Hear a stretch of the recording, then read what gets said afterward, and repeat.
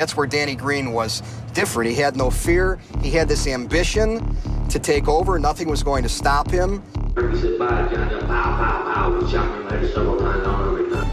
Veasey was still standing despite two .22 caliber bullets in his skull. He managed to fight off his assassin. Danny Greene and John Veasey, two of the toughest gangsters. Danny Greene, known as the Irishman, was totally fearless. Blown up numerous times by the Mafia, he was shot at whilst jogging with his dog. He pulled out his own gun and killed the Hitman. The Cleveland Mafia blew his whole house up whilst he was inside. He survived and would then sit brazenly out on the street, daring the Mafia to come back again. On a TV interview, he referred to the Mafia as maggots. But I have no axe to grind, but if somebody wants to come after me, we're over there by the Celtic Club. I'm not hard to find. John Veasey, a very dangerous man, a hitman from South Philadelphia, known to be very, very tough. He once shot the alleged boss of the Philadelphia Mafia, Joey Molino. You can now watch them all on the brilliant series on Netflix, Mob Wars Philadelphia. When they tried to assassinate John Veasey, he was shot 3 times in the head and stabbed. He was shot 4 times with a small caliber pistol, 3 times in the head, once in the chest. He fought back against the 2 hitmen, managed to take the knife off one of the hitmen and stab him, and he managed to survive the assassination after 3 bullets in the head. So first up, Danny Greene, known as the Irishman. He was an Irish-American racketeer from Cleveland. Known for his fearlessness, he took on the Cleveland Mafia in the 1970s. And Danny Greene became famous for surviving 8 assassination attempts during his war with the mob. Because he would get on television, call the La Cosa Nostra figures maggots, and they'd made about 8 attempts to kill him over a period of years, and he felt he was indestructible. And Greene retaliated to the many attacks on his life with violence and bombings of his own. Surviving these attacks really etched Danny Greene's reputation of invincibility and toughness into the local folklore. So November the 26th, 1971, Greene was out jogging at White City Beach Park in Cleveland when he was shot at 3 times by Big Mike Frato. Greene pulled out his own gun and in self-defense shot and killed Big Mike Frato. And in the trial, Greene obviously pleaded self-defense and was actually acquitted of the murder of Mike Frato. Another attempt on Greene's life was in the early 1970s when he was out jogging again and he was shot at by a sniper. And according to some accounts, he pulled out his own pistol again, fired at the assailant, and once again survived the attack. May the 12th, 1975, a bomb was thrown through the window of Greene's apartment building on Waterloo Road in Collingwood. The building was destroyed, his 2 cats were killed. Greene miraculously survived again. I know what you're trying to do. I understand. I'm not giving you a headache, but I want to speak to you, talk to the lawyer. Can you just talk to us and... No, I'm not going to talk to you. I can't now. This is about the 4th time someone's tried to kill you. How do you account for the fact that you survive each time? You want me to give you that Irish version? What's the Irish version? The guy upstairs pulls the string, you're gone. There's no other way. During the height of the war in the mid-70s in Cleveland, Cleveland was often described as Bomb City because of the amount of explosives that were going off. Greene and his crew, sometimes called the Celtic Club, engaged in multiple bombings and shootings against the Mafia-affiliated Cleveland crime family.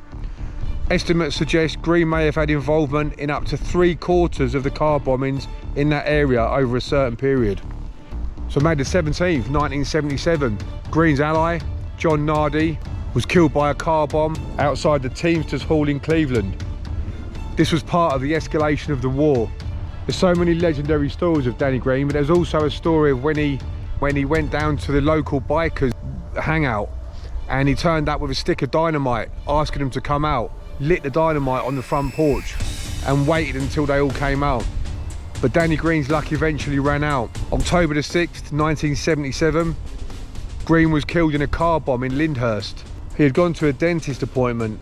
A bomb was placed in a car parked next to his by hitman Ray Ferrito, who was hired by the Mafia. Any kind of compunction, any remorse? You'd got to know this man very well, hadn't you? Yes. Well, how does it feel to kill somebody that you know every living breath of, because you're tapping his phone, you're living in the same building with him? What's it like to have a man as a target? Well, to me, it was like having a glass of wine. It didn't mean a thing to me. And when Greene exited the building, the bomb was detonated and Greene died instantly. His arm was blown off. Danny Greene's luck had run out, and the legendary reputation for invincibility was no more. So John Veasey, the notorious hitman and tough guy from Philadelphia. John Veasey grew up in South Philadelphia and started getting involved in violence at a young age. He said he had many fights, as many as 1,500 fights as a youngster. He built himself up physically, he got strong, he started weight training so he could handle himself, and he was benching over 350 pounds. John had a reputation around South Philly, and in the early 90s, he was recruited by John Stanfa, the boss of the then boss of the Philadelphia Mafia. They thought they could use him because of the internal war that was going on at that time, and John Veasey could be used as muscle. He was a very useful man to have on their side. So John's admitted to being the trigger man in at least 2 murders. John Veasey's first hit was in broad daylight. The targets? Rival mob boss Joey Merlino and his top lieutenant Michael Ciancaglini. Veasey and a partner drove up on the pair, hit the brakes, and opened fire. Was your heart racing as you were coming down the street? Well, I didn't really think like that. I was going to work, and part of my work that day was to kill somebody. Joey Merlino survived the attack, but Michael Ciancaglini was killed. And he's also admitted the September 1993 shooting of Frank Baldino. Was a guy you liked. Yeah. If you shoot someone in the head 6 times who you like, what would you do to someone you didn't like? I shot him 6 times in the head because I was supposed to kill him. I wanted to make sure he was dead. Even the local police described John Veasey as a real tough kid. He was tough because he was constantly fighting, he had a fearless attitude, his physical strength and his willingness to escalate a fight, whether to get a knife or to get a gun. And once he survived that assassination attempt, his reputation became even bigger. So that assassination attempt on John Veasey, January the 14th, 1994. John Veasey was lured into an apartment above a meat store in Philadelphia by John Stanford loyalists, Frank Martinez and Vincent Pagano. I know there's a contract on me, and I know where it's coming from, but I still didn't believe it. It just never registered that somebody would shoot me. I didn't think anyone had the heart to actually shoot me. I used to be the hunter, now I was being hunted. He said, "Bye, John." Boom, boom, boom. I mean, I can still hear them shots. And I turned around, he shot me again in the chest. I went after him now. Started hitting him, bam, bam, bam. And then a knife shows up. The knife falls on the floor, and I grabbed it, and I just kind of reached up, got him in the eye, and pulled it way back. And remarkably, he survived the attack. He then turned government witness against Stanford and others. So obviously after his cooperation, Veasey's presence became dangerous for the mob because of what he knew. He knew names, details, hit lists. And on the day he was going to stand in court to give evidence against John Stanford, his brother, Billy, was assassinated. So Veasey served 11 years in prison on his plea agreement for murder and racketeering. He was released in 2005. Now, after his release, he claimed to have turned his life around, working as a car salesman, living a more quiet life. He's earned Salesman of the Year awards and a 6-figure salary. Do you tell customers about your past now? Yeah. You do? Ask. What might Well, they some ask? people will be like, "Man, you're like one of them mob guys," you know what I mean? I'm like, believe it or not, I am. You know, Really? but I've changed. I've autographed books for some of my customers I asked for. But he remains a controversial figure. On the one hand, he was a former killer and mob hitman. On the other, a witness who helped take down a major mob leadership. Even years later, when he was released from prison, his reputation was still strong on the streets of Philadelphia. When he came back to Philadelphia, according to one magazine article, the wives of the local mobsters called the FBI asking for protection when rumours spread that he might come home to settle some scores, obviously in revenge for his brother's assassination. You are a church bus driver? Yeah. Good morning. How you doing, young lady? All right. Like I always say now, I'm not who I want to be, I'm not who I'm going to be, but I'm definitely not the person I used to be. But yeah, if you want to watch any more about John Veasey, his story, and Joey Molino, all on Mob Wars Philadelphia on Netflix at the moment. I watched it a couple of weeks ago. Really, really good to watch. Same as all those Netflix documentaries about the mob. They're fantastic. But yeah, give it a look. And I hope you're all doing well. Hope everyone's good. Thank you for watching if you made it this far. I really appreciate that. I'm a little bit rusty at the minute. I've not been doing these sort of documentaries for a little while. So yeah, please bear with me. I need to get back on track. It's been a bit of a...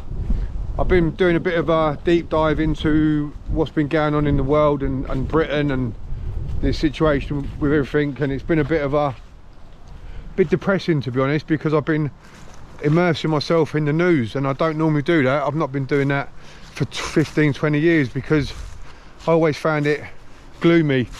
Well, it is gloomy. There's no positive stuff coming out, really, is there?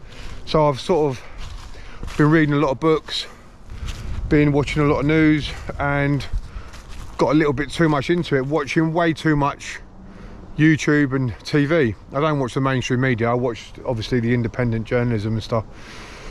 But what I'm going to try and do now is cut that right down, get back to the gym, which I've done today. I've been to the gym. I've been walking, doing my walks 3 or 4 miles every morning before I eat. I eat at 2 o'clock in the afternoon. I've been weight training today, done my chin-ups. That was good.